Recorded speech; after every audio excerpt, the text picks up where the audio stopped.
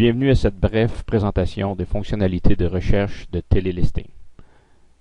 Tout d'abord, dans l'écran de recherche, vous pouvez voir qu'il y a trois options. Recherche par champ, recherche en texte libre, recherche par carte.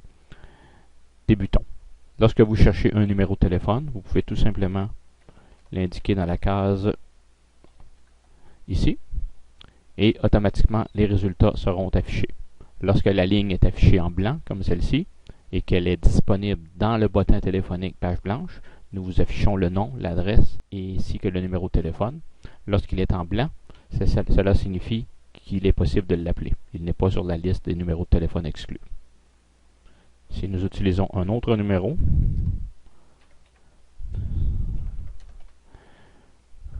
vous pouvez voir que celui-ci est apparu, ce qui signifie qu'il est dans le bottin téléphonique. Toutefois, il est indiqué en rouge, ce qui signifie qu'il est sur la liste des numéros de téléphone exclus, donc que vous ne devriez pas l'appeler. Si nous entrons un numéro qui n'est pas dans le bottin téléphonique et que vous ne pouvez pas appeler, il sera affiché ainsi, il va être inscrit unlisted, do not call, ce qui veut dire que vous ne devriez pas l'appeler, il est en rouge. Donc il n'est pas dans le bottin, nous n'avons pas l'adresse, mais toutefois, nous vous indiquons qu'il est préférable de ne pas l'appeler car il est sur la liste des numéros de téléphone exclus. Vous pouvez toujours cliquer sur effacer ici pour mettre à blanc tous les champs de recherche et recommencer une nouvelle recherche. Maintenant, si on désire appeler tous les gens qui demeurent sur la rue Smith, par exemple à Richelieu, eh bien, automatiquement, vous avez tous les numéros de téléphone. Très pratique si vous désirez faire des appels par secteur. Donc, n'importe quel de ces champs peut être rempli pour compléter la recherche. Donc, par exemple, si ici je cherche tous les gens qui s'appellent Gilles sur la rue Smith à Richelieu, j'ai simplement cette personne-là. Je peux enlever les critères un par un et aussi les enlever complètement. Et par exemple, je pourrais faire des recherches seulement pour une certaine province et pour seulement un code postal.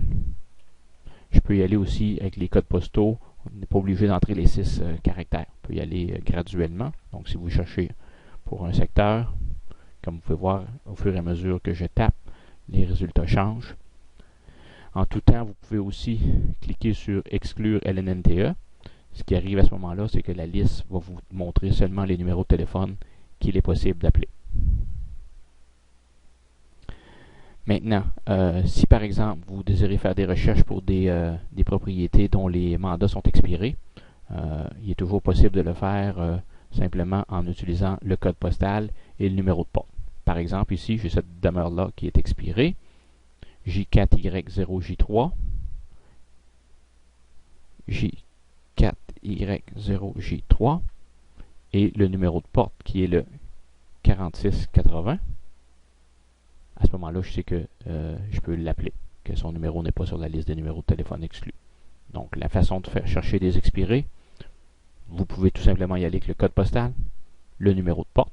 S'il y a plus d'une personne qui aurait ce numéro de porte-là dans ce code postal-là, ils seraient tous listés. À ce moment-là, c'est à vous de vérifier que ça correspond bien. Le rue Lombardie, par exemple, versus rue Lombardie, on sait que c'est la même personne. Donc, à ce moment-là, on peut l'appeler. Au niveau des recherches, on a aussi la recherche en texte libre, qui est ici. Donc, lorsque vous connaissez des morceaux d'information, mais que vous n'avez pas besoin de les mettre dans les champs, par exemple, si je cherche Denis Hamel et je sais qu'il demeure à la Prairie, ben, automatiquement, j'ai les Denis Hamel qui ont le mot, dans ce cas-ci, la Prairie, soit dans la ville, soit dans la rue, soit dans le nom. Donc, ça utilise toutes les combinaisons qui correspondent à ce qui a été tapé ici. Encore là, je pourrais le délimiter par la province et ou enlever ceux qui sont exclus de la liste. Dans ce cas-ci, il n'y en a pas. Maintenant, on peut aussi faire des recherches avec la carte Google. Donc, si je m'en viens ici, je tape par exemple le code postal. J'aurais pu taper n'importe quelle pièce d'information que je connais sur de la rue. Par exemple, si je dis 675 rue du Maire La Prairie, il va me suggérer, j'y arrive, même résultat. fois que j'ai le résultat, je peux aussi tout simplement utiliser, si je veux délimiter encore plus, je peux utiliser l'outil ici et puis simplement cliquer pour délimiter la zone qui m'intéresse. Et au dernier point, je peux double-cliquer pour fermer mon périmètre. Je peux aussi déplacer, mais à ce moment-là, lorsque j'ai un périmètre, les numéros qui sont affichés sont ceux qui sont contenus dans le périmètre. Je peux aussi l'agrandir, modifier mon périmètre. Je peux toujours ajouter des segments.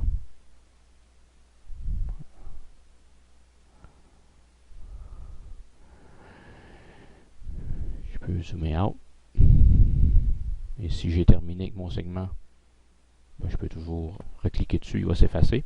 À ce moment-là, j'ai les numéros qui sont inclus dans le quadrilatère qui est délimité par la carte. Donc, si je recommence, je refais un segment, ce secteur-là. Très utile lorsque, par exemple, vous avez vendu une maison et que vous aimeriez appeler tous les gens qui vivent dans ce quadrilatère-là pour leur annoncer, par exemple, que vous avez des acheteurs qui recherchent dans ce secteur. Même chose, je peux toujours exclure les LNNTE et exclure mes prospects. Mes prospects, c'est que, on va le voir tout à l'heure, c'est lorsque j'ai sélectionné des personnes, je peux ajouter des notes, des dates de suivi, etc.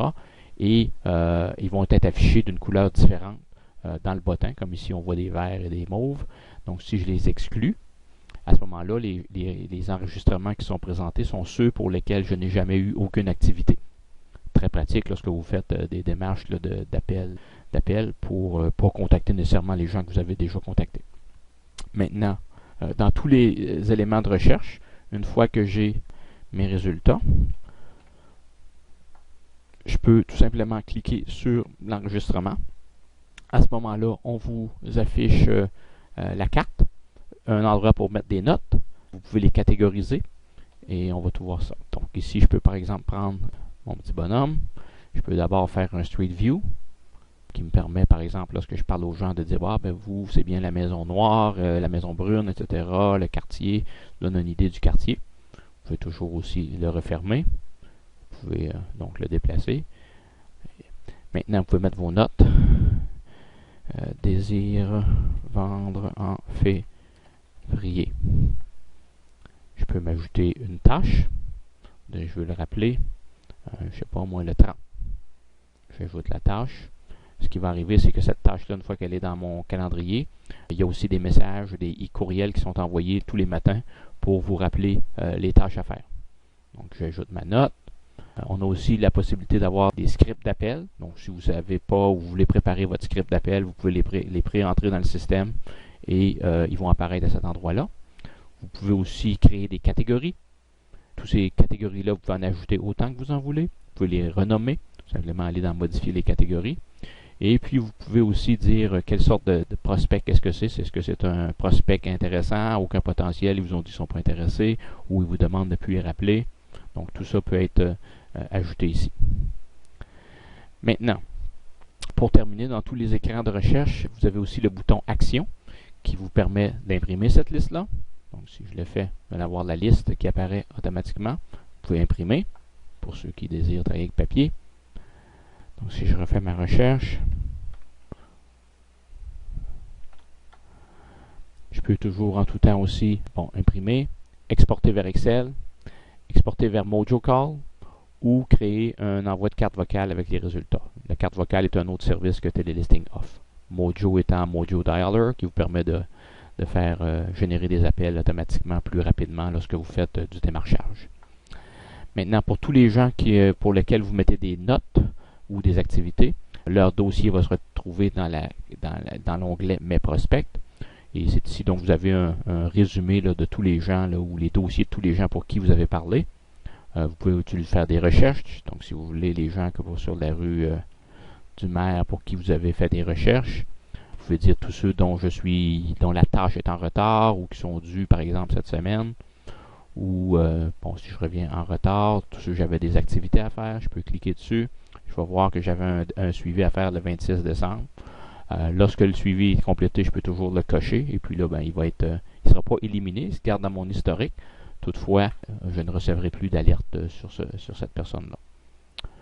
Ou je peux dire, je veux seulement les prospects, tous, tout tous ceux que j'ai catégorisés comme étant un prospect, ils vont apparaître. Okay.